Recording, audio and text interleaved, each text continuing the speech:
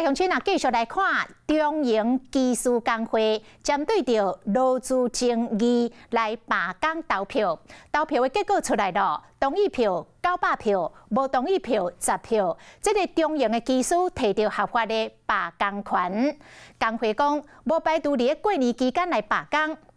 这个中营航空对这款的结果表示遗憾，嘛呼吁工会考虑旅客权益，讲嘛会甲工会继续来进行劳资的协商。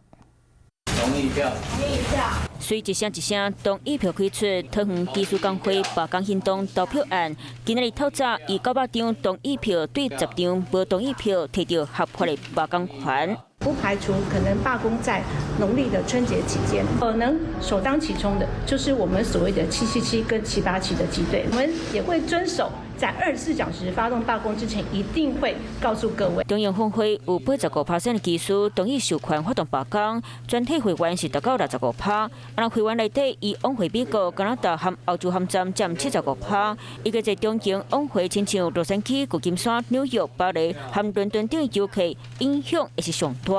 公司有诚意对谈，我们也可以审视如何来调整我们的脚步。罢工的实质作为的话跟方式，我们会在1月25号的理事会当中再去做详细的规划。双方劳资争议是因为调薪税比例含用无特定机型执照的国际飞行员，中营航空是回应，伫咧继续找找和技术工会沟通协商，工会是这个结果表达遗憾，呼吁工会优先考虑游客权益，用理性务实的态度继续进行劳资协商。空服员苦行，空服员苦行。那真正因为罢工影响到旅游行程变怎体，因为工会也未宣布罢工，所以消费者改票和退票嘛是依照现主席的规定爱自费价差。